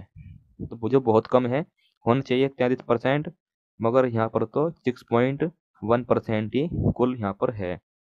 बात ध्यान देंगे, जो क्वेश्चन पीछे पूछा गया था अभी मैंने कराया आपको, सर्वाधिक वन क्षेत्र वाला जिला ये हो जाएगा सोनभद्र, और सबसे कम वन क्षेत्र वाला जिला ये हो जाएगा भदोही। दोनों बात आपको ध्यान रखनी है, सबसे ज्यादा वन कहाँ पर है, सोनभद्र में, और सबसे कम कहाँ पर है, भदोही में। उसके बाद यूपी में वन विभाग की स्थापना कब हुई थी, 25 नवंबर 1974 को। तो यूपी में वन विभाग की स्थापना 25 नवंबर 1974 को हुई थी, ये बात आपको ध्यान रखनी है। आगे देखते हैं नेक्स्ट। तो दोस्तों नेक्स्ट हमारे पास है, उत्तर प्रदेश में कितने राष्ट्रीय उद्यान हैं। तो दोस्तों यह क्लास को भी यही स्टॉप करते हैं, आगे मैं आपको बताऊंगा नेक्स्ट क्लास में उत्तर प्रदेश में कितने राष्ट्रीय उद्यान हैं, कितने पक्षी विहार है, कितने अभ्यारण्य हैं, ये सब बातें आगे वाली क्लास में डिस्कस करेंगे। तो दोस्तों आज के लिए इतना ही, फिर मिलते हैं यूपी जीके की क्लास नंबर 3, जो आपको नेक्स्ट यहाँ पर आपको हमारे यूट्यूब चैनल, अपने YouTube channel my M point पर मिलेगी। तो एक बात और भी, जितना पता आपको पढ़ाया जाएगा समझाया जाएगा सभी आपको नोट करना है। तो आपको एग्जाम में इस क्लास से बाहर कुछ भी देखने को नहीं मिलेगा, क्योंकि मैं आपको संपूर्ण पढ़ाऊंगा, कंप्लीट पढ़ाऊंगा। जो भी आपके सिलेबस में पूछे जाना है वो सब यहाँ पर हम डिस्कस करेंगे क्लास के माध्यम से। तो नेक्स्ट क्लास आपको कल मिलेगी आपके यूट्यूब चैनल माई इन पॉइंट पर।